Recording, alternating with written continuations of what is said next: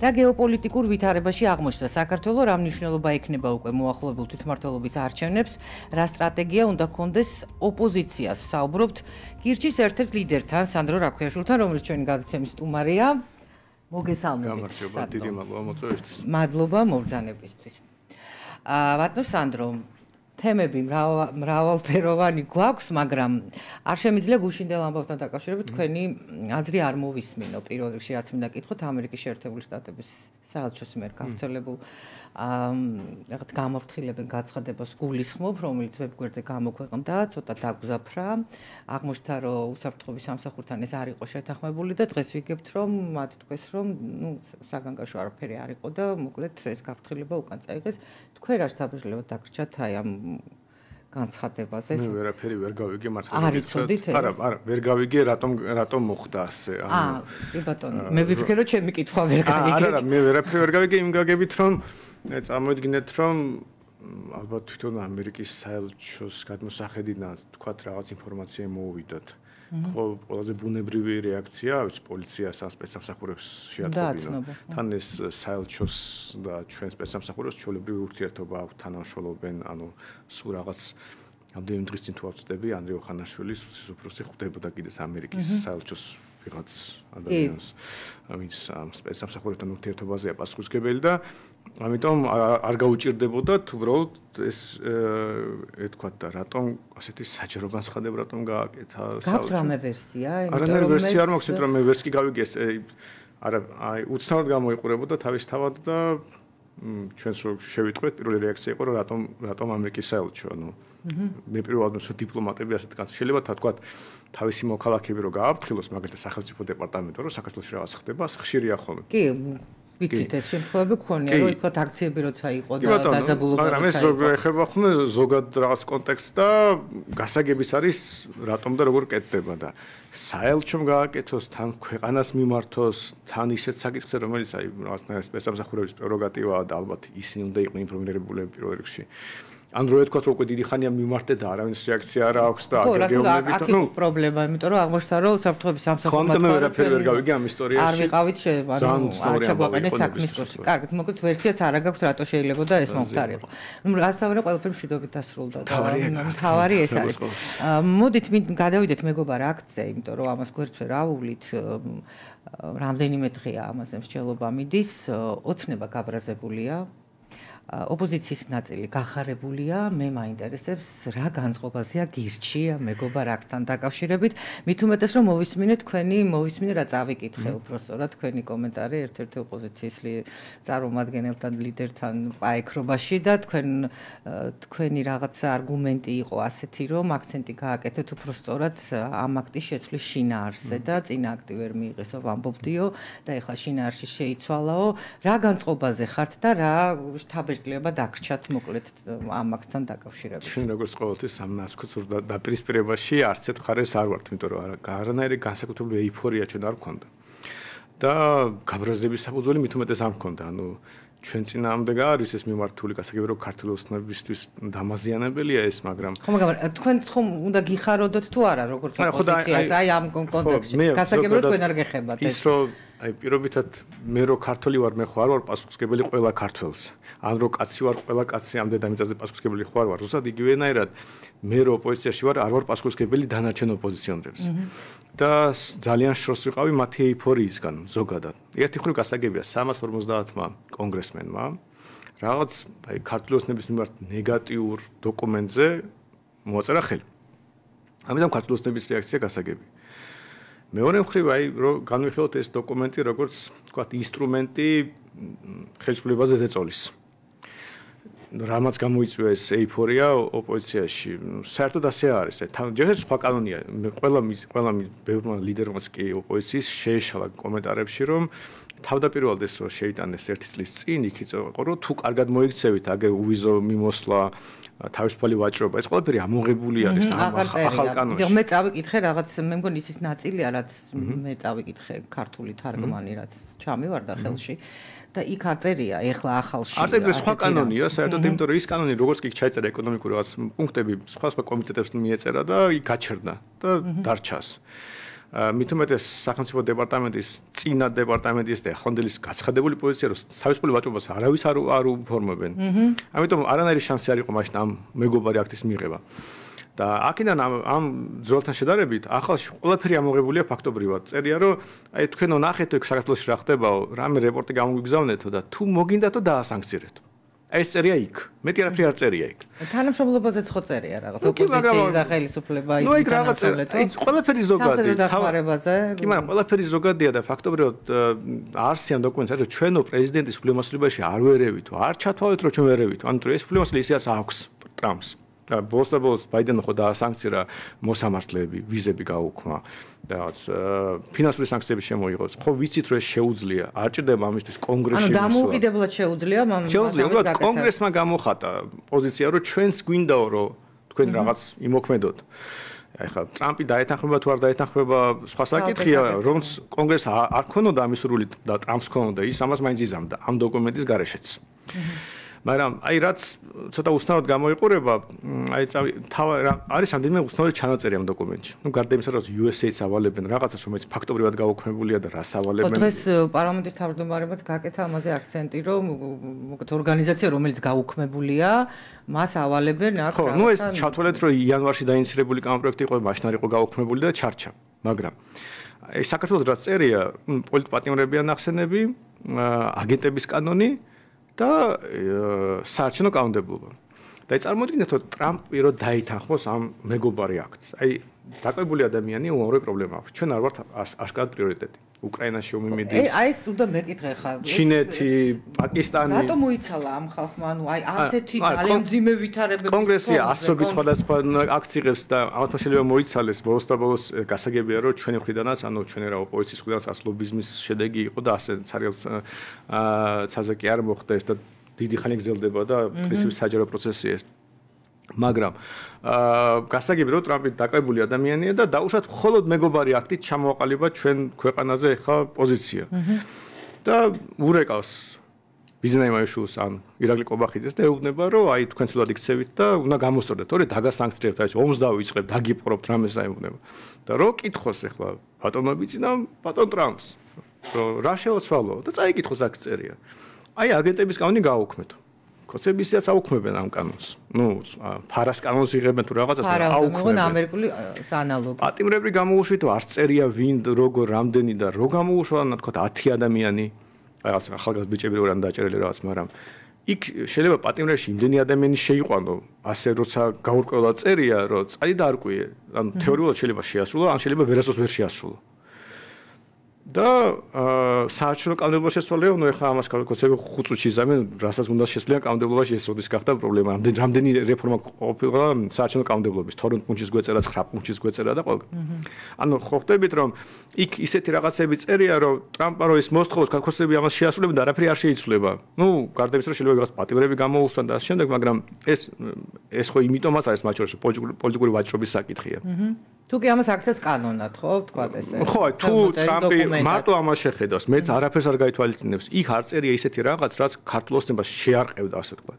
აი ელემენტარულად აი ამის ნაცვლად, აი ვინც ლობირებდა ამას, აი მე რო ყოფილიყავ ის ლობისტი ჩვენი მხრიდან და მიღწია იმისთვის, რომ 350 კონგრესმენი რაღაცას დავითანხმე. ეს რაღაცა შეფასდა კიდეც ლობისტების რაღაცა უბრალოდ, ხო, აი ანალიტიკურ წრეებში. კი, ცხადია, ქართულ ოცნებას ღიადაც დაქირავებული ყავს ლობისტები და ოპოზიციასაც რო ყავს, ესეც ცნობილია და ეს ამერიკაში ლეგალურია და საჯაროა, ამაში არაფერი ახალი და ცუდიც არის. მაგრამ ჯო უილსონი, რომელიც ამბობენ, რომ არის სომხეთის ოფიციალური ლობი, თქვენ ეს არ ვიცი მე ხა ასე ძალიან შორს წაგვიყვანს კიდე. არ ვიცი სომხეთზე არაფერი არ მინახავს, მაგრამ საქართველოს კი პოსტავს კვირაში ერთხელ, ამიტომ თუ ვიღაცის ოფიციალური ლობი ალბათ ჩვენი ოპოზიციის, მაგრამ წარმოიდგინეთ რომ რაღაცაზე თუ დავითანხმე 350 კონგრესმენი არ ჯობდა მაგაზე ჩაწერილი ყოფილიყო რომ აი ბუნებრივი ბარიერი დაწეს საპარლამენტო არჩევნებზე, რაც გარანტიას იძლეოდა რომ შემდეგი არჩევნების შედეგ როცა არ უნდა ჩაწერდეს კოალიციური მთავრობა იქნება.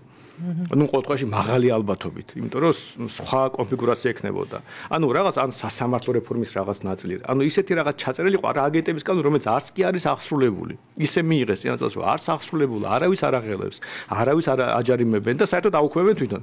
და მე მგონი არც არავის აღარ ახსოვს უკვე. არავის აღარ ახსოვს, კი ბატონო და აი რატომ ჩააწერინე ეს იქ? ანუ თუ ამდენი ენერგია დახარჯე, 1 წელი ამაზე იმუშავე რა ვიცი, პოლიტიკურად, ფინანსურად, ასე ისე და აგენტების კანონი რა შუაში ემართლა. ხო და ამიტომ ერთი მხრივ აი ამიტომაც მე არც ეიფორია მაქვს, იმიტომ მე არ მაქვს მოლოდინი რომ ამ მეგობარი აქტის გამო ქართული ოცნება დაემხობა. რომს დამხობაზე გაწირული იყოს სხვა რაღაცის გამო მოხდება ეს და არა მეგობარი აქტის ნამდვილად და რის გამო მოხდება? მაგალითად ხა ნებისმიერი ხილისყურება შეიძლება რაღაც მომენტში წავიდეს დაემხოს და შემდეგ, მაგრამ აი მეგობარი აქტის გამო ნამდვილად არ მოხდება. ანუ ეს მოლოდინიც არა გაქვთ რომ რაღაცნაირად ოცნების ხელისუფლებას შეირყევა მაინც ამის გამო არა მე მაგალითად უფრო მჯერა რომ ქართული ოცნების პრობლემა უფრო არის ის რომ პოლიტიკური პროცესი მოკლა ქართულმა ოცნებამ თვითონ აი საჯარო დისკუსიები არ იმართება ეხლა ჩემი კოლეგა ოპოზიციონერების დამნაშავეები არიან ამაში მოგესალმებით მედიაში ცენზურაა გაჩაღებული და ასე შემდეგ მაგრამ ყოველ შემთხვევაში ეხლა ყველა ასეთ პროცესში ხელისუფლებას უფრო დიდი პასუხისმგებლობა აქვს და დისკუსია რა მოკდა დისკუსიები სად მედიაში კი რა თქმა უნდა ნებისმიერ პრობლემაზე თუნდაც ადგილობრივი არჩევნები ხოლმე საცობებიდან დაწყებული სასამართლოებით დამთავრებული აი ნებისმიერ პრობლემაზე ვინ გიშლით ხელს რომ თქვენ და ხელისუფლება დაწყეთ ოპონენტი სად გინახავთ რომ ხელისუფლება ვინმესთან დებატებში შდებოდეს და დისკუსიებში ანუ სამდროში ხო ყოველთვის მონოლოგის რეჟიმში ხდება ეს და ეს რო არ არის ეს პოლიტიკური პროცესი რო არის პარლამენტი მკვდარია კი ხედავთ მედიაში დისკუსია არ იმართება უნივერსიტეტებში დისკუსია არ იმართება რაღაც თქვა თუნდაც რაღაც აკადემიური ტიპის ეს ბრაზი ადამიანების არსად არ გაქრება ანუ გასაგებია რომ ჩვენ ქვეყანაში უამრავი უკმაყოფილო ადამიანი იქნება არ ვართ ახლა შვეიცარია და ამ შემდეგ ეს ბრაზი არსად არ გამოდის და პოლიტიკა იმიტომაც გჭირდება რომ ხალხი რო ბრაზდება რაღაც პოლიტიკურ პარტიას უჭერს ხარს და მე ასე ითარგმნება ეს ბრაზი დისკუსიაში და ამით წყდება პრობლემა. თორემ დისკუსია არ იმართება, მე ეს აზე თუ გიან კონფლიქტით დამთავრდება. ამიტომ თუ რამე აშავებს ქართული ოცნება, რომ ყავს პოლიტიკას, იმიტომ რომ ნუ კაი შეიძლება ხა ძლიერი ხარ, ფული გაქვს, ძალა გაქვს და შეიძლება მოერიო ოპოზიციას დღეს და აი ამ წუთს. მაგრამ გრძელვადიანად ეს უნდა თარდება ყოველთვის. და თუ პოლიტიკური პროცესი არ გაიხსნა მე ხა ვერ ვიტყვი ზუსტ თარიღს, მაგრამ რაღაც მომენტში ეს ცუდად დამთავრდება. და ჩვენ ქვეყანაში ეს თან გამოვლილი გვაქვს, ყოველ ასე იყო. ვინ ფიქრებდა რომ თუნდაც მიშას ძალაუფლებას რამე ემუქრებოდა სულ ბოლო მომენტამდე. ხო, მაგრამ რაღაც მომენტში რომ სხვა მოცემულობაც იყო. კი, მაგრამ ეს ხო ნიადაგი, მაგრამ აი ეს იმიტომ მოხდა რომ ძალაუფლება და ის ოპოზიცია რაღაც 2009 წელს რა ოპოზიცია იყო ქვეყანაში, ან 2010 წელს სად იყო ოპოზიცია, ანუ ხო ძალიან დასუსტებული იყო, ხო ტოტალური კონტროლი იყო. აი რო შეგეხედა ქვეყანაში თვითონ რომ აქ მეორეზე პოლიტიკური ძალა არ არსებობს. და ხომალევე დამთავრდა ეს ამბავი. იმიტომ რომ ეს ბრაზი ხალხის რომელიც გროვდებოდა წლების მანძილზე, შეიძლება ეხა სხვანაირად გროვდება, ნაკლებად გროვდება, სხვადასხვა მიზეზების გამო, მაგრამ ხო გროვდება. ის ბრაზი თუ არც გავიდა პოლიტიკურად, თქვა, არხი არ იპოვა გამოშვების და პოლიტიკურად არ გადაიჭრა. მაშინ ის რაღაც მომენტში აფეთქდება. მაგრამ აქ მარტო ხელისუფლების პასუხისმგებლობას ხედავ? აი, ამაში საქმე რომ საბოლოო ჯამში რა თქმა უნდა არა, მაგრამ უბრალოდ როგორ გითხრათ, ოპოზიციას ეს შეიძლება არ აღელვებდეს იმ გაგებით, რომ აწყობდეს. ძალიან ბევრი ჩემი კოლეგებს გაუხარდება, რომ აქ რამე აფეთქება მოხდეს და ასე დაემხოს ქართული ოცნება და მე მაგალითად მეჩვენია, რომ შვიდად მოხდეს არჩევნების შედეგად ეს. ნებისმიერ შემთხვევაში შვიდად უკეთესია, შეიძლება რაღაც მომენტში ვერ გარდაუვალი გახდეს რაღაც ტიპის კონფლიქტი, მაგრამ თუ შეგიძლია რომ შვიდად მიხვიდე შედეგამდე, ხო უკეთესია შვიდად მიხვიდე. მე მეჩვენია შვიდად მივიდეთ აქამდე და შვიდად რომ მივიდეთ ამისთვის, ანუ ეს ქართული ოცნების ინტერესებში უნდა იყოს უკვე. ანუ პოლიტიკური პროცესი უნდა იყოს გახსნილი რაღაც დოზით. აი ჩვენ ვამბობთ რომ ბარიერი უნდა იყოს დაწეული. ბარიერი რო იყო 5%-იანი, ამიტომ მოხდა კონსოლიდაცია პარტიების. გარდა იმისა, ხა ჩვენზეც ცუდა დაისახა, მაგრამ შედეგად რა გამოვიდა, რომ არის ქართული ოცნება და მეორე მხარეს ეს რა თვითონ თავის დასწორებით დახვდნენ პროდასალური ოპოზიცია, ვითომ რომ ერთიანები იყვნენ და მე კი ამბობდნენ რომ გაერთიანება ვერ მოხდა. ვერ მოხდა, მაგრამ ერთმანეთს ეუბნებოდნენ და ჩვენს გვაზიანებდნენ ამით, რომ ვისაც გინდა იმას მიეცი 4-5-9-25-ია. დროს ამბობ რომ ვისაც გინდა მიეცი ხო ერთი ხარ. ანუ მე რო თქვა თქვენო პარტია გქონდეთ და მე რო პარტია გქონდეს განსხვავებული და ვამბობდეთ რომ ვისაც გინდა იმათ მიეცით, გინდა ეკას მიეცი, გინდა სანდროს მიეციო. ეს ხო ნიშნავს ერთ თამაშს თამაშობთ. რა სახეც არ უნდა გქონდეს და რა ჩაცმულობაც. რა თქმა უნდა, პლატფორმაზე. სხვანაირად ხო ასე არ იტყოდნენ. 4-5-9-25 ხო არ გაჩნდებოდა ეს. ხალხი საჯაროდ ამბობდა რომ ჩვენ შემთხვევით მივეცით ხმაო. არ ვარჩევდით მათ. ეს ხო გააზრებული პოლიტიკა ხო ჩვენს დაგვაზიან ამან, იმიტომ რომ ჩვენ წინააღმდეგაც მიმართული იყო, როგორც ქართული ოცნების მხრიდან მე ამის ხარჯზე მოხდა ქართული ოცნების სამორჩილის მობილიზაცია და ჩვენს დავკარგეთ ხმები, იმიტომ რომ ვიღაც ქართული ოცნების ხარდაჭერი ჩვენ მოგცემდა ხმას. რომ არა ასეთი მობილიზაცია იყო ის თუ ის აი მესამე აღარ არსებობდა იგივე თამაში გათამაშდა რაც 2012-ში 2016-ში და იგივე თამაში გათამაშდა იმიტომ მე მაგალითად ხშირად გამიგია ადამიანებისგან რომ შეიძლება მიმეცა გირჩისთვის მაგრამ საკითხი იდგა ასე რა თქმა უნდა არ დაეკარგა ხმაოცნებას რასთავარია ორივე მხრიდან ასე იყო ოპოზიციური ელექტორატიც ასე ამბობდა რომ აი კი მაგრამ ჩვენთვის თავარია ქართული ოცნება წავიდეს ხო ვინცაც უნდა და ოცნების წასვლა ამიტომ ორივე ქართული ოცნების ამორჩევის ნაწილი და ნაციონალიზმის და აი ამ ოპოზიციის ნაწილი გვეუბნებოდა რომ თქვენ მაგალითად ქართული ოცნების ამორჩეული გვეუბნებოდა თქვენ შეიძლება ნაცებთან კოალიცია შეკრათ ამიტომ არ მოგცემთ ხვას ეს მეუბნებოდა თქვენ შეიძლება ქოცებთან შეკრათ კოალიცია მე მგონი თქვენ დაგაზიანათ ერთ-ერთ ეთერში გაკეთებულმა განცხადებამ მე როგორც მახსოვს იაგო ხვიჩესი რომელიც ამაზე საუბრობდა რომ შემიძლია შევეკრა ორივე მხარეს ეს პოზიცია ჩვენ პარტიას აქვს 2016 წლიდან დებით 2016 წლიდან ჩვენ ვამბობთ ჩვენ არ გვაღელვებს არც ქოცები არც ნაცები არც ლელო არც არავინ არ გვაღელვებს ზოგადად ამას ვამბობთ სულ რომ ჩვენ გვჭირდება სასამართლო რეფორმა დიდი პრივატიზაცია ჭირდება რა ვიცი განათლების რეფორმა და ჩვენ ვინც წამოვყვება ამაზე იმასთან თანამშრომლობთ იმიტომ რომ ჩვენთვის მაგალითად აი პრორუსობას რო აბრალებენ თქვა მთავრობას ჩვენ პრორუსობა არის ასეთი სასამართლო სისტემა რომელიც გვაქვს პრორუსობა არის რომ მთავრობა ფლობს ამ საგან ქვეყნის უდიდეს ნაწილს და თუ რომელიღაც მთავრობა არ აქვს მნიშვნელობა X დავარქვათ ადამიანს მეუბნება რომ სასამართლოს შევცვლი და მექნება როგორც ამერიკული სასამართლო არჩევითი მოსამართლეებით ნაფის საჯულებს გავაფართოვებით და დეპოლიტიზაცია მოხდება აი ცუდი გაგებით ამ სიტყვით თუ ვიღაცა იტყვის რომ აი როგორც ნებისმიერ დასავლურ ქვეყანაში მიწა ტყე უდიდესი ნაწილი ყოველ შემთხვევაში იქნება კერძო საკუთრებაში ეს არის პროდასალურობა ჩემთვის გინ სულ ქართული არის წოდეს და რუსულად ლაპარაკობდეს თავი და მომდე. ჩემს მნიშვნელობა არ აქვს. ეს იქნება ნამდვილად პრო-ქართული გადაწყვეტილება. და მეორე რომ დღედახა მე ამბობს რომ მე პროევროპელი ვარ და ევროპის დროშით იძინებდეს და რა ვიცი ევროპის ჰიმნს მღეროდეს ყოველ დღე, მაგრამ მე კომუნიზმი შენებდეს აქ. რა ვიცი სასამართლო კლანს უჭერდებს ხარს ნაციონალიზაციას, ის შეც პროევროპული არასოდეს არ იქნება. ამიტომ ჩვენ არ ვარჩევთ ამ პოლიტიკურ პარტიებს აი ამ გარეგნული ასე ვთქვათ ნიშნებით. ჩვენ ვარჩევთ მათი ქმედებებით და ჩემთვის სამნიშნულობა აქვს. აი წამოვიდეთ რაღაც პარლამენტია და აქეთ ლურჯი პარლამენტარები ზიან, აქეთ წითელი პარლამენტარები ზიან, მაგრამ მათ შორის პრორუსი იქნება ის, ვინც ჩემ რეფორმაზე არ მოდის ჩემთვის და ვინც მოდის, ის ჩემთვის პროევროპულია, პროდასავლელია.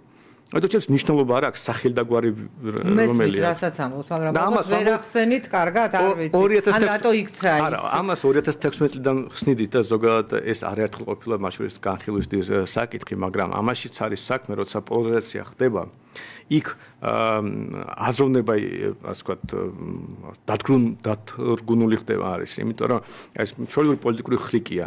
მოგესწრება რომ ხალხი რაღაცა ანერვიულდება უკვე ცოტა აზროვნებს ხოლმე. აქაც იგივე განმეორდა რომ ადამიანებს უთხრეს რომ არ იფიქრო. ყველაფერი გასაგები აგერ მტერი, აგერ ლურჯი მტერი, აგერ წითელი მტერი, თავარია მტერი დაამარცხო. ხალხის ანერვიულდა აბა მტერი დაამარცხოთ და მივიღეთ ეს მივიღეთ და ერთ-ერთი პარტია ვიყავით რომ გადახედოთ წინა საარჩევნო როლიკებს ვეუბნებოდით ამორჩილს ბოლო დღეს რომ დაფიქრდი. ჯერ დაფიქრდი და მე გაწყვეტილება მიიღე. იმიტომ რომ ჩვენ ვიცით რომ ამორჩილი რომ დაფიქრებული იყო მართლა და მშვიდად წნარად ემოციები გვერდზე გადაედო რომელ ქვეყანაში უნდა იცხოვროს როგორ ქვეყანაში უნდა იცხოვროს და რომელი პარტიის არჩევა და წარმატება ზდის ალბათობას რომ ასეთ უკეთეს ქვეყანაში იცხოვრებს ჩვენ შეუძლებლად უფრო მეტყვას არ მაგრამ სანდრო ნახეთ მაშინ უფრო მწავედ არ იდგა ეს საკითხი ნუ გადარჩენას გულისხმობ ახლა ჭალებში ჩავსვათ გადარჩენის საკითხი იმიტომ რომ უკრაინაში ომი იყო მძიმე ვითარება ანუ როგორ შეიძლება რომ მთელი საზოგადოება ყოფილიყო მოტყუებული ხელისუფლების თქვათ დავარქვათ პროპაგანდა როგორც ეძახის ოპოზიცია რომ მოსახლეობა შეიყვანეს შეცდომაში და აი მათ მიიღეს ეს არჩევანი გააკეთეს ოცნების სასარგებლოდ იმიტომ რომ აი დააშინა ხელისუფლებამ რომ ეხლა შეიძლება ესენი თუ მოვლენ ომი დაიწყება და მაგრამ როგორ ფიქრობთ რაღაცა ნიადაგი არ იყო ამ ნიადაგი ყოველთვის არის ნებისმიერი ასე ვთქვათ კვალიფიციური პროპაგანდა ყოველთვის დგას რაღაც ფაქტებზე რომელიც სიმართლეა თავისი ბუნებით ფაქტების გარეშე ხო არ შეიძლება ილაპარაკო ასეთი იქ თავარია ბოლოში რა ტყუილია მოთავსებული თორე მაგალითად ეხლა ნებისმიერ ადეკვატურ ადამიანს შეეშინდებოდა რუსეთთან ომის და განსაკუთრებით 22 თუ 24 თებერვალი როცა ომი დაიწყო ხო მაგრამ კი არა მე მახსოვს პარლამენტში ვიყავი და იქ ადამიანი არ იყო ოპოზიცია იქნება თუ პოზიცია იქნება ისაც არ ნერვიულობდა და არ ეშინოდა ყველას გვეშინოდა რა ვარია ой მე მახსოვს ვიზიტიდან ბრუნდებოდით და დილას 4 საათზე თვითონ დაფრინდა ჩავრთე ტელეფონი პირველი რაც დავინახე რომ რაკეტები მოფრინავს და ის ორი ღამე არ გვეძინა არავის რომ ყველას გვესმოდა რომ რამე ცუდად რომ წასულიყო კი რომ დაცემული იყო მართლა შემდეგ ჩვენ ვიყავით იქში შიში ბუნებრივი ამბავია მეორე საკითხია ამ შიშ რა გადააყოლე იმიტომ რომ ხო გესმით რომ ადამიანი შეშინებულია ის ბევრი რაღაცას აკეთებს, რაც არ უნდა გაეკეთებინა. ამიტომ გასაგებია რომ ქართულოსნების ნაციონალურ მოძრაობის იმას აქვს ერთ-ერთი ლიდერს ნათქვამი ჩემთვის რომ ჩვენ ამორჩეველშიც კი უმრავლესობა ეთანხმებოდა ქართულოსნების იდეას რომ ომი გინდას ანუ ეს ძალიან ბუნებრივი იყო მაგრამ ამას ხო ყველაფერი გადააყოლეს მაგალითად ჩვეულებრივად რომ დავბრუნდეთ სულ რაღაც 6 თვის წინ იყო არჩევნები და არავის არანაირი საფრთხე არ ემუქრებოდა არც ჩვენ ამორჩეველს არც რომელიმე პოლიტიკურ პარტიას ჩვენ რო წარმატებული ყოფილიყავით მაგალითად ერთ-ერთი პარტია ვიყავით ვინც ამბობდა არანაირ შურისძიებას არ ვაპირებთ არა თუ არ ვაპირებთ წინააღმდეგობას გაუწევთ იმას თუ ვინმე დააპირებს აი თქვათ აი ვიცი ქართულოსნებას ვარ აიღო და ჩვენი ხმები დაჭირდებოდა და ეთქო რომ ჩვენ ნაცებს გავაუქმებთ თუ არ დავეთანხმებთ დაუშვიდით კოალიციას ნაცებს რო ეთქო და ეხლა ჩვენ ქოცებს დედას უწირებთ ხო მაგრამ ხელისუფლება ამბობს რომ საზოგადოების უმრავლესობის მოთხოვნაა ნაციონალური მოძრაობის არჩევნები აი ამ საკითხს რომ ესე შევხედოთ ისევ და ისევ ძველი თამაში გრძელდება მე ამჯერად ადამიანი რომელსაც ყოველდღიური პრობლემები აქვს სამსახურში რაღაც პრობლემები აქვს ოჯახში პრობლემები აქვს იმაზე ფიქრობს რომ ნაცები დასაჯა ნუ ალბათ ფიქრობს არა ხომ არ არის შიში მათი ხელისუფლებაში მობრუნების ეს შიში ხო არსებობს არა შიში შეიძლება ბევრი სხვადასხვა არსებობდეს და ამაშია პოლიტიკის ასე ვთქვათ ხელობა ასე ვთქვათ ცუდი გაგებით რომ ამ შიშის ასე ვთქვათ კულტივაციით ადამიანს დაიწყო ფიქრი თორემ ჩვეულებრივად ისევ და ისევ აი გადავდოთ კარგი გეშინია ნაცებს და არ მისცე ნაცებს ხმას იქ გვარამია ნაცია გავიგე ნაცია მეც გეთახმებით ლელო გახარები ვინ არიან საერთოდ არ ვიცი გავიგე რომ არაზლევ ხმას გავიგე მაგრამ აგერ ჩვენ ვართ მარტივი ტესტი ავიღოთ და გადავდოთ ისიც ვინც აი რაღაც მატერიალურად დაინტერესებულია ქართულოსნებასთან ან რაღაც აი ძალიან უყვარს ბიზნესმენში ეგ უბრალოდ ჩვეულებრივ ადამიანი რომელიც მერყეობს ეხლა ძალიან ბევრი სხვა არა კი ბატონო მაგრამ აი მერყეობს ხო იყო ადამიანები ვინც ჩვენთან მოსულო რამდენი ადამიანი უთქვას რომ აი ქართულოსნებას მივეცით ხმა მაგრამ აი ზოგადად ბოდიშიც მოუხდია ვიღაცა დაუფინანსებია ჩვენი პარტია მის შემდეგ სიმბოლური 36 ლატასის კამპანიასაც იყო 36 ლარი დაგვაფინანსე რომ მონანიების სახით და იყო ასეთი ადამიანები და აი ის რო გვიცნობს ეს ადამიანი იცის რომ ჩვენ აი ხო ვერასდროს ვერ დაგვრალდებოდა რომ ნაცები ვართ ან რაღაც ვოცნებობთ იმ რაღაც იმ სასამართლოზე ან იმ პროკურატურაზე რომელიც ნაცების დროს იყოს რომ შურისძიებას ვაპირებთ პირიქით ხო საწინააღმდეგოს ვაკეთებდით ხო ვეუბნებოდით რომ პირიქით თქვენ მოგცემ საკუთრებას დაგირიგებთ სასამართლოს შევცვლით ანუ იშიშები რაც ნაცების დაბრუნებასთან რაიმე კავშირშია ამ ადამიანებს ხონდა ეცოდათ ჩვენთან არაფერ შუაში არ არის მაგრამ ეს მოხდებოდა ამას ხალხი გაიაზრებდა მხოლოდ მაშინ რომ 7 ჩვენ საუბრობთ 7 საუბრის დროს ყველაფერი გასაგები იქნებოდა მაგრამ წარმოგიდგენთ ისევ ჩვენ რო ვიყოთ აქ და აქ რაღაცა სტიქიური უბედურება ხდებოდა ხო ამიტომ ჩვენ ხო ვეღარ ვილაპარაკებთ ესე რომ 7 საუბრობთ კი ბატონო აი ეს ხრიკი რომელსაც ჩვენ ვერ დავძელით როგორც პარტია იმიტომ რომ აი ეს რო დაძლიო ეს ემოციური ამბავი ჭირდება დიდი რესურსი სამდროშ თავარი ამ უკვე მივდივართ იქამდე რომ ერთი შეიძლება გქონდეს სწორი პოლიტიკური პოზიცია მაგრამ როცა აი უზარმაზარი ინსტრუმენტები აქვს რა ვიცი მე აქეთ 4 მედია დიდი ათობით მილიონი რო იხარჯება აქეთ 4 მედია რომელიც ათობით მილიონი იხარჯება და ამდენი ჟურნალისტი ამდენი ტელევიზორი რაღაც ყვირის წივის და ისტერიკაში ამყოფინებს ამორჩეველს და შენ ზიხარ დამბობდა პრივატიზაცია ხო არ გინდათ ხო რაღაც თემებზე საუბრო რაც უკვე იკარგა და ეს ამორჩეველი გეუბნება რომ კაცო გიჟი ხო არა რადგან პრივატიზაცია არის და ჩვენ ამას ვერ დავძლებთ თუ არა რომ შეცვალოთ თქვენი რაღაცა კურს ვერ ვიტყვი ხა პოლიტიკა მომრჩეველთან ურთიერთობის როდესაც ხედავთ აი ხა რაზეც საუბრობდით ხელისუფლებასა და დანარჩენ ოპოზიციას შორის აი ამ რაღაც წივილ კივილს არის რაღაცები რაც შეცვლა გვინდა რაღაცას ცვლით და არის რაღაცას ჩვენ არ შევცვლით მიუხედავად იმისა რომ გვესმო შეიძლება არ იყოს მონგებიანი აი მაგალითად არის რაღაც ჩვენი იდეები პრინციპები რომელსაც აი რომ ადამიანი რომ კითხოს მე მაინც ვიტყვი რომ 100-ია არის ხო ჩვენ ხარჯერები ამოთ ცოტა მოატყუეთ თორე ეს ამორჩელი ნუ უკვე შევწუხდით ცოტა მოატყუეთ ეს ხალხი არ ესმით მაგრამ რა ვქნა მე გულწრფელამჯეა რომ ადამიანს უნდა გქონდეს იარაღის ტარების უფლება და რომ 10 ჯერ რომ მკითხოთ მაინც გეტყვით რომ 100 უნდა იყოს მაგრამ მეორე მხრივ მე მესმის რომ არის რაღაც თემები რომელიც უფრო მნიშვნელოვანია ნაკლებად ეხლა ეს იარაღის ტარების უფლება არის თავარი თემა ჩვენი ქვეყნისთვის როგორც არ უნდა ატრიალო ბოლოს და ბოლოს აგერ გერმანელები არსებობენ ამ უფლების გარეშე და მოდით გერმანიამდე მივახციოთ მაინც ხო რაღაც გზა გავიაროთ და ამიტომ მე შემიძლია შევცვალო ჩემი პრიორიტეტები საკითხების ისე რომ რაღაც სხვა და უფრო ასე ვთქვათ მომხიბვლელი იყოს ჩემი პარტიის პოზიცია. ნუ ალბათ ეხა დღეს მოდით ეგეთი რომ გაწყვეტინებთ ვითარება ქვეყანაში არის ისე რომ თითქოს შიდა აი ესეთი თემები განათლებას რაც ეხება საბანკო სექტორს იგივე იარაღის ტარება იქნება თუ ასე შემდეგ ფარავს საგარეო ვითარება რაც არის აი ეს გეოპოლიტიკური მდგომარეობა და დასავლეთიდან მომდინარე აი ეს ეს ბუნებრივია იმიტომ რომ ძალიან კატაკლიზმები ხდება ეხლა ბოლოს. პრინციპი გადართულია მთელი ქვეყანა მოსახლეობაც ასევე, იმიტომ რომ ყოველდღე ვხედავთ, ეხლა დღეს წავიკითხე ხო მეც რომ დავიწყე გადაცემა, აი ესტონეთმა მოკეთ სავიზო შეზღუდვები დაუწყეს. კი, ჩვენ შეუძლებელი ხა ამ ხელოვნი მიდის ფაქტობრივად. და სულ ამაზეა საუბარი და შიდა პრობლემებზე არ რჩება. მაგრამ ეს შიდა პრობლემა არსებობს და აი რაც თქვენ ვთქვით რომ აი რა სულით მათ შორის ეს საგარეო პოლიტიკაზე მე საუბრობთ, ჩვენ გვინდა ამოჩილოს დავანახოთ კავშირი ამ საგარეო პოლიტიკაზე ჩვენ პრობლემებს შორის, იმიტომ რომ ერთია უბრალოდ ილაპარაკო ტრამპზე, ან ილაპარაკოს გლობალური სოციალისტ პარტიაზე. მაგრამ ნახოთ ტრამპი მართლა რას აკეთებს. რამდენად ეს მათში და პოლიტიკურ ცხოვრებასთან კავშირია და მე ჩვენ რეალობაზე გადმოვიტანოთ. ეხლა AfD-ს რო გზავნენ გერმანიაში. ცუდია და ტრამპი ამბობს რომ არ შეიძლებაო და ებრძვის ასე თქვა მოქმედ ხელისუფლებას. მაგრამ თუ ქართული ოცნება ამბობს მაგალითად რომ ესე იგი გლობალურუმის პარტია ეს მთელი ეს ევროპული ისტაბლიშმენტი პოლიტიკური და შემდეგ მაშინ ეს AfD-ს აკრძალვას წინამდეგი უნდა იყოს თვითონაც მაგრამ თვითონ ნაციონალურ ძროობას გზავავს ხვდებით და ამიტომ ჩვენ საგარეო პოლიტიკის განხილვით შეგვიძლია ჩვენ შიდა პოლიტიკური საკითხებიც წამოვწიოთ ჩვენ ტელევიზიას ვაკეთებთ გასაგებია რომ არ გვექნება ის რესურსი რომ პირობითად იმედს და ხელისუფლება პირიქით ამბობს ახლა სანდრო რომ გვიგზავენ რაღაცის აკრძალვას პარტიის და აი იქ გერმანიაში გრძალავენ თქვათ იგივე აი AfD-ს კი ბატონო მაგრამ მეორე მხრივ აი რომ ამბობენ რომ ასე ატრიალებს ამ საკითხს აი ყურეთ როგორ ესეთი რთული პოზიცია ქართულ ოცნებას ეს პოზიცია თქვენ ნამდვილად ასე იყო ნათქვამი მაგრამ უყურეთ თვითონ ამბობენ რომ ტრამპი deep state-ს ებრძვის და თუ ტრამპი ის ადამიანის deep state-ს ებრძვის, მათივე გადმოსახედით, მათივე სიტყვებით, მეტი არაფერი არ დავამატოთ და ტრამპი ამ შემთხვევაში AfD-ს მხარეს არის. ესე იგი, სად არის deep state-ი ქართული ოცნების გადმოსახედიდან, რომელიც AfD-ს ებრძვის? და რატომ აკეთებს მაშინ ქართული ოცნება? იგივე ესაც deep state-ი აკეთებს, თუ თვითონ არ არიან deep state-ის ნაწილი. ხდებით? ვერცმანი, მივედით რაღაცა. აი, ხდებით, ასეთი აბსურდული პოზიცია გამოუძდის ქართულ ოცნებას და მაგრამ ჩვენ ამიტომ შეგვიძლია საგარეო პოლიტიკის განხილვით მართლა ჩვენი შიდა პრობლემებიც ასე თქვა ხო, მაგრამ აი მინდა ეს გკითხოთ მაინც რამდენად სამართლიანად გეჩვენებათ აი ეს დასავლეთიდან მომდინარე აი ეს კრიტიკა საქართველოს მიმართ ბევრ საკითხში, რასაც შემდეგ ალბათ საზოგადოება უყურებს იგივე დასავლეთში, იგივე ხდება და შეიძლება უარესით. მაგალითად, როგორ ხდება მაკრონი აგერ სირიის პრეზიდენტს, ხო, რომელიც ნუ ტერორისტია ადამიანი, ტერორისტთა სიაში იყო და ბევრი ასეთი მაგალითის მოყვანა შეიძლება. მხოლოდ გავეშვათ ხელისუფლებას, აი ავიღოთ საქართველოს მოსახლეობა, რომელიც ამას უყურებს.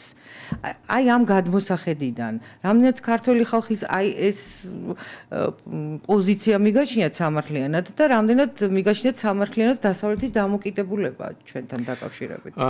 ეს საკმაოდ რთული პრობლემაა, იმიტომ რომ არავის არასდროს არ უთქვამს, რომ საგარეო პოლიტიკაში განსაკუთრებით დასავლური ქვეყნები ანგელოზები არიან.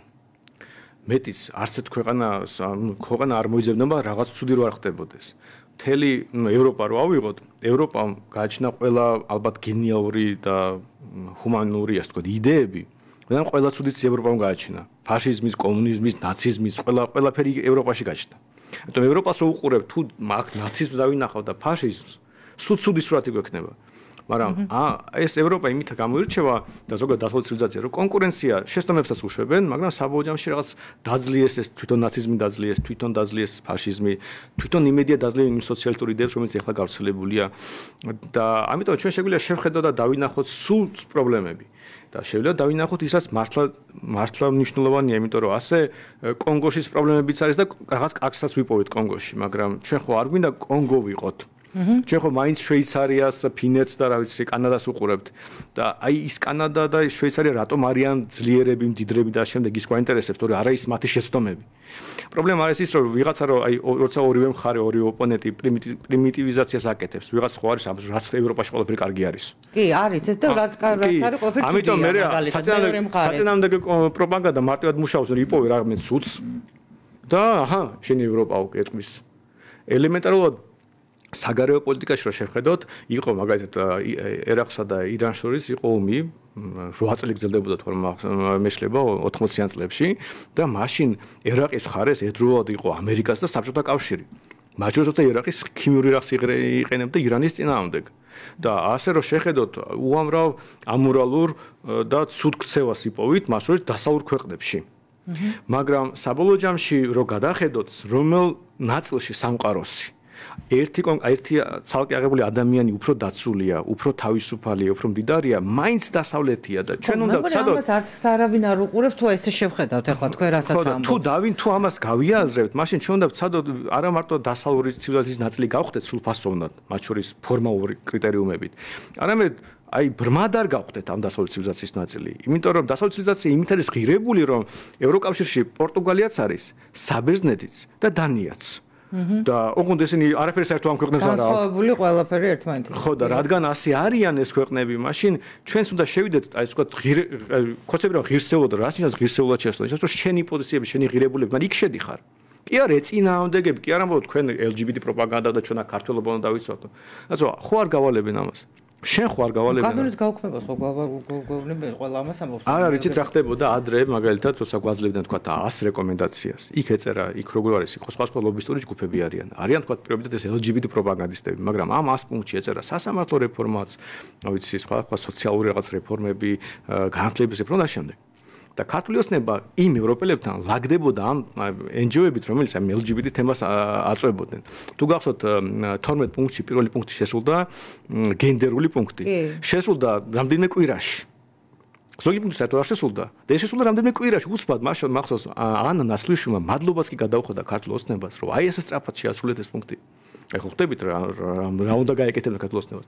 ასეთი პოლიტიკა იყო, რომ აი ამ NGO-ები და ამ არხით ლაგდებოდნენ ისინი ევროპელებთან. დალაგებული იყვნენ სასამართლო რეფორმით და მაგალითად ეკონომიკური რეფორმებით, ამ სხვა NGO-ებით და სხვა ინტერესთა ჯგუფებით. მაგრამ არავის არ დაინტერესებდა LGBT რაღაცეები. იმიტომ რომ ხო გასაგებია ეს ევროპისთვისაც არაბუნებრივია. იმიტომაც არის AfD ხა ყველაზე პოპულარული პარტია გერმანიაში, იმიტომაც მოიგო ტრამპმა რომ არ არის ეს LGBT რაღაცები რაც გარდაიქმნა ბუნებრივი დასავლური ცივილიზაციის ხელოვნურად დანერგილია, შეტანილია იქაც. ამიტომ ჩვენ რო სწორი პოზიციონირება აგვერჩია. გვეთქვა რომ ჩვენ მართლა გვინდა სასამართლო რეფორმა დაგვეხმარეთ პოლიტიკურ რაღაც წესების შესვლაში. არავინ არ გვეთყოდა რომ თქვენ კარგი სასამართლო გაქვთ, კი ბატონო, აი გერმანულს დაამსგავსეთ, აგერ ეს და აგერ რაღაც დისკრიმინაციული კანონი არ გაქვთ მიღებულიო და არ მიგიღებთ. ასე არ მოხდებოდა, როგორც 12 პუნქტიდან მარტო 3 შესრულდა სულად და რაღაც 4 თუ 5 ნაწილობრივ და მაინც წინ წავედით. იგივე მოხდებოდა აქაც. ამიტომაც არის იდეა რომ ჩვენ აი უნდა მართლა გავიდოთ ჩვენ რა გვინდა. აი ჩვენი პრობლემა თუ რამე არის საქართველოში, აი ამ ჭუბის გამო, ქოსნასური ჭუბის გამო, ჩვენ არ გვაქვს გაზებული ჩვენ რა გვინდა. აი ვინ ვართ? აი რას წარმოვადგენთ? რა ღირებულები რომ ამოთ ღირსებით შევიდეთ, რა ღირსებით შევდივართ? ანუ რა არის ეს ჩვენი ქართული ტრადიციები, რომელიც აი ჩვენი იდენტობა, მე გეტყვით, ჩამოგითვლით, ეს არის ძირითადად და ჩვენი კანონები, რაც გვაქვს ქვეყანაში, რომელიც გაუქმებასაც გთხოვთ ევროკავშირში, რომელიც რატომ უნდა ჩვენი კანონების ბევრი შეიძლება ისე გავაუქმო, არაფერი პრობლემა არ იქნება, მაგრამ აქ საუბარი ალბათ იმაზეა, რომ თუ ჩვენ მოვისურვებთ, ჩვენ თვითონ გავაუქმოთ, მაგრამ თქვენ ნუ მეუბნებით მე რა გავაუქმო. არა, თუ ვიღაცასთან თანაცხრობა გინდა, შეიძლება მისაც დაუჯერო და უნდა დაუჯერო კიდეც, ეს ამბუნებრივია. ნატოში თუ გინდა, ჩვენ მივდივართ იქ, ისინი არ გვეხოცებიან, ჩვენ მივდივართ იქ. მე რომ მომიდეს ჰარვარდში მუშაობა, ალბათ მე ჰარვარდის წესები უნდა მივიღო, ხო, ეს ხო ბუნებრივია, ეს ხო არის, რომ მოდი ჰარვარდი ჩემ ჭკუაზე ივლით. მე მიმინდა იქ მისვლა და ისინი ჩვენთან არ გვეხოცებიან. მაგრამ აი ავიღოთ ჩვენი რაღაც იდენტობა, ქართველობა, ჩვენი ტრადიციები, ზოგ ადამიანს ტრადიციას შეიძლება მიაჩნდეს ის, რაც კომუნისტებმა დაგვინერგეს. ბოლოს და ბოლოს არც ერთი ცოცხალი ადამიანი არ ყავს, ვინც კომუნისტამდე პერიოდი ახსოვდეს. და ამიტომ ის რაც რამდენიმე თაობა გაიზარდა რაღაც ტიპის ქცევაზე, რომელიც კომუნისტური იყო. და ვიღაცის ტრადიციული ქართული ქცევა შეიძლება კომუნისტური ქცევა იყოს. სხვადასხვა ოჯახი, რასაც ამბობენ ტრადიციული ოჯახიო, ქართული ოჯახი ბევრად დიდი იყო. მოგესალმებით ბებიებს და ბაბუებს ბევრად უფრო დიდი გავლენა ჰქონდა. იქით მე-20 საუკუნის დასაწყისში და მე-19 ხო, და ამას გეუბნებით, აი ტრადიციული ქართული რა ის კი არ გვაქვს გააზრებული, რომ თუ ეს ტრადიციული ქართული კომუნისტურია, რაში მჭირდება ეს? ხო, მე არ გამიგე რომ კომუნისტური შეიძლება იყოს. როგორ არა ძალიან ბევრი ნაწილი ჩვენი ცხოვრების კომუნისტებისას თქვა. არა, რა თქმა უნდა, მაგრამ 70 წელი რო ახლა რა თქმა უნდა, ხო და მაგალითად აი ჩვენ რო საუბრობთ ხომ იარაღზე ისე დაუბრუნდებით, ჩვეულებრივი ამბავი იყო, ვის მოვიდოდა აზრად ქართულ საზოგადოებაში მამაკაცის აეგზალა იარაღის ტარება. უბრალოდ გადახედეთ ჩვენ ისტორიას. იარაღის ტარება იყო ჩვეულებრივი ბუნებრივი ვაჟკაცობის სიმბოლო იყო, ჩაცმულობიდან დაწყებული, მაღაზიებში იყიდებოდა სარეკლამო განცხადები რო ნახოთ მე-19 საუკუნის ბოლოს მე-20 საუკუნის დასაწყისში მაღაზიაში იყიდებოდა და ეს განცხადებები გვაქვს რომ შემოგვიდა ახალი პროდუქცია. ასე დაჟინებით იარაღის. არა, მე მაგალითს ვამბობ, აი ყურეთ ჩვენ საზოგადოებაში იმდენად ეს უცხო ჟღერს. მე იმიტომაც მოგვი ძალიან უცხო ჟღერს, რომ ადამიანს ჰქონდეს იარაღის ტარების უფლება. აი რო აიუბნები გადარეული ადამიანი და მე იგივე ადამიანი გეტყვის რომ მე ქართულ ტრადიციებს ვისაუბრებ და ვეუბნები კაცო ქართულ ტრადიციებს თუ იცოდე, ჩაცმულობა შეხედე. ქართული კაცი შეიარაღებული დადიოდა ისტორიულად სუნტრები ყავდა. როგორ შეიძლება იარაღთან არ ვიცი, უნდა ვაღიარო რის ნიადაგზე ითხოვთ თქვენ იარაღის ტარების უფლებას, აი ამ საკითხში არა ვარ სამწუხაროდ ჩახედული, აუცილებლად ჩავიხედავ. ეხლა უბრალოდ ამის რო არ არის. მართლა მაინტერესებს, იმიტომ რომ მე რაღაცა რისკებ არა შეიძლება მე ხო რისკებთან არის ეს დაკავშირებული. შეიძლება მე ვამბობ რომ უბრალოდ აი რომ გაჩნდეს ტრადიციული პარტია, ჩვენზე ტრადიციული პარტია, ის უნდა ითხოვდეს თუ კომუნისტს იარაღის ტარება ის თუ კომუნისტს არ ქადაგებს და ქადაგებს ქართულ ტრადიციულ ღირებულებებს, ქართულ ტრადიციულ ღირებულებებში მამაკაცი შეიარაღებული დადიოდა. ასე იყო მთელი ჩვენი ისტორია. ბოლოს 70 წლის გარდა. მე მაგალითად რაც მინახავს, ერთად მინახავს ტეხასში ვიყავი და იქ უფლება აქვს იარაღის ტარების, ქალს კაცს უკან ესეთი იარაღი ედო და არ იყო ეს ჩემთვის კარგი და შვიდი დასანახი. არ იყო. გეთახვებით, არა, მეც გეტყვით, მე ხო იარაღის ტარების უფლება მაქვს. და არის ხომ ხა ისე არ დავდივარ შეიარაღებული, მაგრამ არის ხომ ტირში გავალ რომ ვისწავლო და ვიღაცებს აქვს, მაგრამ თელეს ყველას კონდეს იარაღის ტარების უფლება. ხშირად თავიდან როცა ვიყო, უბრალოდ იარაღი ქონდა ჩემი პისტოლეტი, მე თო აქ და ერთი ოჯერ რომ გამოვედი მანქანიდან და მეზობლებმა დამინახეს, დავინახე რომ შეეშინდა. ხო, მაგასაც რაღაცა ამის შემდეგ სუფარულად და მაქვს რომ აი ეს რაღაც ჩანთაში მიდეს ყუთში ჩადებული, რომ არ დაინახოს, იმიტომ რომ არ მინდა დისკომფორტი შეუქმნა ხალხს. ავტობუსში იარაღით რო შევიდე, გაუკვირდება, შეეშინდება. რა თქმა უნდა. ეს ძართელი თემა. ამიტომ მე გეთახვებით, ეს არის პრობლემა, რომ ჩვენი ქართველობა დავკარგეთ, რომ შეიარაღებულ მამაკაცს ქუჩაში ადამიანი ხედავს და ეშინია და როგორ შეიძლება ეს ქართველობა იყოს, მაგრამ გეთახმებით რომ დავკარგეთ და გეთახმებით რომ უცხოა. ამიტომაც მე თვითონ არ დავდივარ შეიარაღებული, იმიტომ ვხედავ დისკომფორტს სხვა ადამიანებს შორის და არ მინდა ეს დისკომფორტი მივანიჭე, მაგრამ მიუხედავად ამისა, უბრალოდ ტრადიციულობაზე რომ საუბრობთ, აი ესეთი პრობლემა გვაქვს, რომ ჩვენ ტრადიციულობა რა არის ის კი არ ვიცით. იმიტომ რომ ზოგს ვერ გაურკვევია რომელ ტრადიციებზე ლაპარაკობთ. იმიტომ შეიძლება არ არის ხოლმე იარაღის ტარება ტრადიცია, ძალიან ბევრი რამეა. მაგალითად მოგიყვანეთ, რომელიც ძალიან ესეთი გასაგები მაგალითია, მაგრამ განათლების ტრადიცია რო ავიღოთ, საბჭოთა იქნება დიდი ალბათობით ეს ჯანდაცვის რაღაცა, ან კულტურის სფეროს ბევრი შეიძლება საბჭოთა იყოს, რომ ბევრი რაღაც განვითარდა ჩვენ საბჭოთა კავშირის დროს. საბჭოთა კავშირის დროს კულტურაში კი მოგიყვანეთ ფაქტია. არა, ხო, გასაგებია ხა, რასაც ვერ ვარყო, მაგრამ აი ეს რაღაც როგორ განვითარდა, თუნდაც თეატრების, თუნდაც მეცნიერების განვითარება ცენტრალიზებული მეცნიერების აკადემია რო გვაქვს და ეს ხო საბჭოთა ტრადიციის ნაწილია და ამიტომ ჩვენ უნდა აი როს ტრადიციულობას მივაწვეთ და ჩვენი ღირებულებებით შევიდეთ ევროპაში ჩვენ და გაცნობიერებული ქონდეს რა არის ეს ღირებულებები და ამაზე მე კი არ უნდა ლაპარაკობ, შეიძლება მე ვცდები ბოლოს და ბოლოს, მაგრამ აქ ეს უნდა იყოს საჯარო დისკუსიები ხანგრძლივი, რომ რაღაც საზოგადოებრივი აზრი ჩამოყალიბდეს, რომ ეს არის. შეიძლება ხალხი შეეცახოს, არ გვინდა იარაღი, ასეთი ხალხი ვართ. არა აქვთ ავსტრალიელებს იარაღის ტარების უფლება და ხო არიან ჩვენვერად, ხო? შეიძლება ასე ჩამოვყალიბდეთ, მაგრამ როცა არ მოხდა ეს დისკუსია, მაშინ არც არაფერი არ გამოვიდა. ვერც შეხვალ მაშინ ღირსებით ვერსად, იმიტომ რომ ეს ღირსებას ფუნდამენტი უნდა ქონდეს, რომელიც გააზრებული აქვს ამ ადამიანს. კარგით, ამაზე გზადაგზა შემდეგ ეთერებშიც ვისაუბროთ ხოლმე, არ მინდა ცოტა დრო დაგვრჩა და მინდა კითხოთ არჩევნებთან დაკავშირებით, უბრალოდ ჩვენ ვსაუბრობდით წინა არჩევნებთან დაკავშირებით, რა იყო მოცემულობა, ხო? რაღაც რეფერენდუმის სახე ჰქონდა თითქმის ორ ძალას შორის. დღეს გაჟღერდა რაღაც პლებისციტის იდეაც, ერთი მაინტერესებს რამეთ ამას ეთანხმებით ჩატარდესო და მოკლედ არ ვიცი ეს როგორ შეიძლება მოხდეს.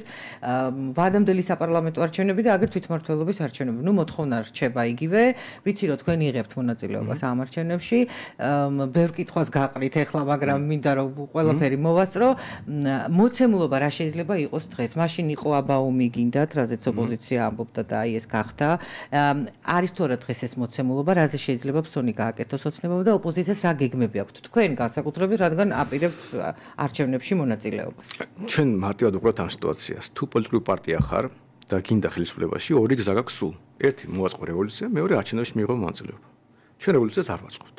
შეიძლება ოდესმე აღმოჩნდეს ეს, მაგრამ არ ვაპირებთ, არ გეგმავთ და არც არ ვაკეთებთ. ამიტომ არჩევნებში მონაწილეობა ჩვენთვის ძალიან ბუნებრივი ამბავია. მე თვითონ ეს ჩვენ გვინდა შემდეგი საპარლამენტო არჩევნებს გავძლიერდეთ, რეგიონებში გავძლიერდეთ და გარკვეული გზა არის, რომელიც უნდა გავიაროთ ამისთვის. დიდი ხანია მემზადებით კანდიდატებს ვეძებთ და ალბათ აგვისტოში უკვე საარჩევნო აქტიური კამპანია დაიწყება. ეხლა მაინც კანდიდატების შერჩევის და ასე ვთქვათ, ფულის დაგროვების პროცესში ვარ, ტელევიზიის გამართვის და ასე შემდეგ.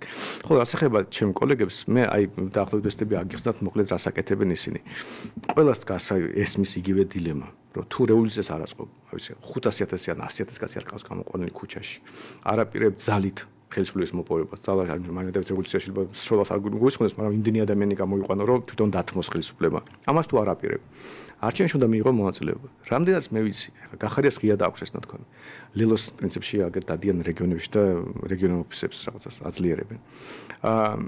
ისინი აპირებენ მონაწილეობას მიღებას. ნაცებსაც უნდათ ალბათ თვითონ შეტყობეს რაღაც განცხადებაში, მაგრამ ეს კატეგორიულები იყვნენ რამდენიმე განცხადება. მაგრამ მე რა ხდება, აი ვინც უბრალოდ ეს ხალხი, ვიზეთ მე ხსაუბრობ, ძალიან შიშრები არიან. ჩემივე გამოსვლე რას მე ვიცი პარლამენტიდან დაწყებული ისიც ვიცი. უბრალოდ ეშინია თავისი პოზიციის ღიად დაფიქსირება. იმიტომაც არ ჩდებიან ხოლმე დებატებში პოსტაბოს ხელისუფლება გასაგები ისინი ხელისუფლება არის და იმ ეშინია თვისი ამათ ხელისუფლება ამბობს რომ გარდან არიან მართულები. ეთანხმებით ამას თუ არა? ყველა ვერ იქნება მართული, ყველა ვერ იქნება მოსყიდული, ყველა ვერ იქნება იდიოტი. ხო, ყველანაირი შეიძლება იყოს, მაგრამ საბოლოო ჯამში საქმე საგვეზე თუ გაიხსენებთ იყო ერთი პერიოდი, წინა წელს ჯერ კიდევ აგენტების კანონი 2 შემოვიდა და დებატები იმართებოდა, იწყებოდა უბრალოდ და ის დებატები დასრულდა მანამ სანამ ეს აგენტების კანონი შემოვიდა, იმიტომ რომ ვინც ასე ვთქვათ, ერთმა მხარემ წააგო ამ დებატებში, აგებდა და დასაცინი გახდა, ის იყო დაფინანსებელი ამ ტელევიზიის.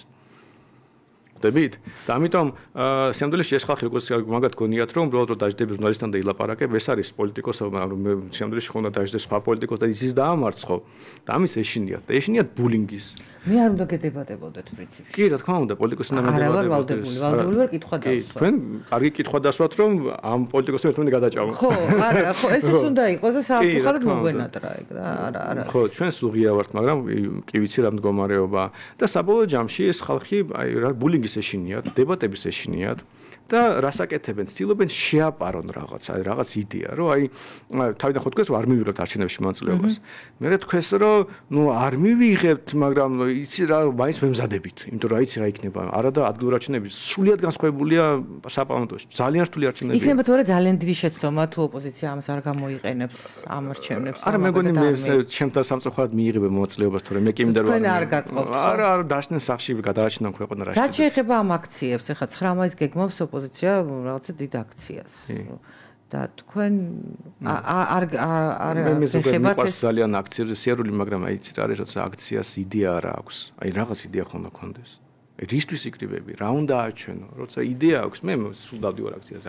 ბევრი ისეთ აქციაზე ყოფილა, სადაც ჩემი დანახვა ხალხს ზოგს არ მოსწონდა. ბევრი აქციაზე ყოფილი ვარ, აი მათ შორის გვარამია რომ კარვებს შლიდა უნივერსიტეტთან. იქ 9/10 იმ ხალხის ჩემი ჰეითერი იყო და ორგანოდ ვერ მიტანდა და იმ აქციაზე ერთხელაც კი ვიყავი, უბრალოდ მაინც ასებდა რა ხდებოდა იქ.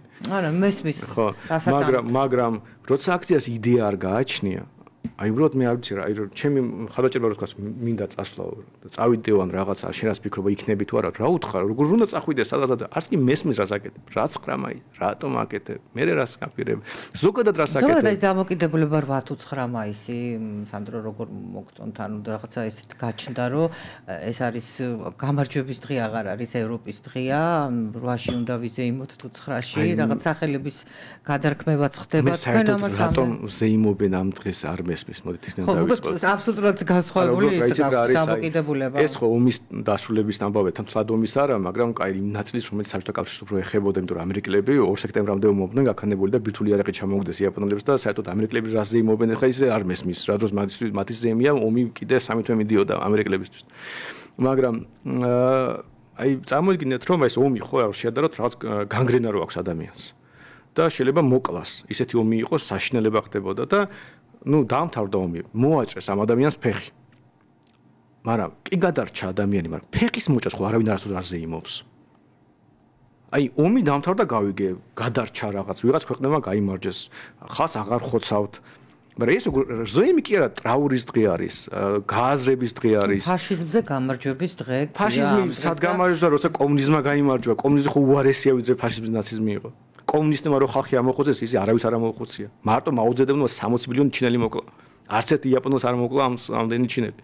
კონსტანტინე თქვენ კარდინალურად განსხვავებული ისა გაქვთ წარმოდგენა აზრი ამ ყველაფერზე, ხა ამაზე საუბარი არ აი ამაზე უნდა იყოს საზოგადოებრივი საუბარი, რომ მე ნახოთ ვინ იყოს ვიარის მართლა. მაისზე ბოლო შეკითხვა 2 წუთი დაგრჩა პრეზიდენტის, ყოფილი პრეზიდენტის ეს ინიციატივა, რომ ჩვენ უნდა ჩავიბაროთ. არც ერთი სალომე ზუბერის ინიციატივის მე ამჯერად. ჩვენ დიდი ხანია ხელი ჩავექნიეთ და მე მგონია რომ ოპოზიცია ყველა დიდი შეცდომა რაც დაუშვა, ვინც გულწრფელი ოპოზიციონერია, ვისაც მართლა არის. არის შეიძლება ეს დღე რაღაცა დაძაბულობის გახდეს. აი არაფერი არ გამოსულია სამოძრაობაში. გაიხსენეთ რამე ინიციატივა, რომელიც გამოვიდა. ერთი მაინც დამისახეთ, რომელიც რამენაირად გამოვიდა. დაწყებული შერიგების ინიციატივით, რომელიც 3-4 წლის წინ დააანონსა, დამთავრებული აი ნებისმიერ 31-ში აგერ გრანდიოზული აქცია გეგმებოდა თუ გახსოვთ. სად არის ეს აქცია? ამის მერე გადაჭავეს ერთმანეთი. ეხა ისევ გრანდიოზულ აქციას გეგმავენ.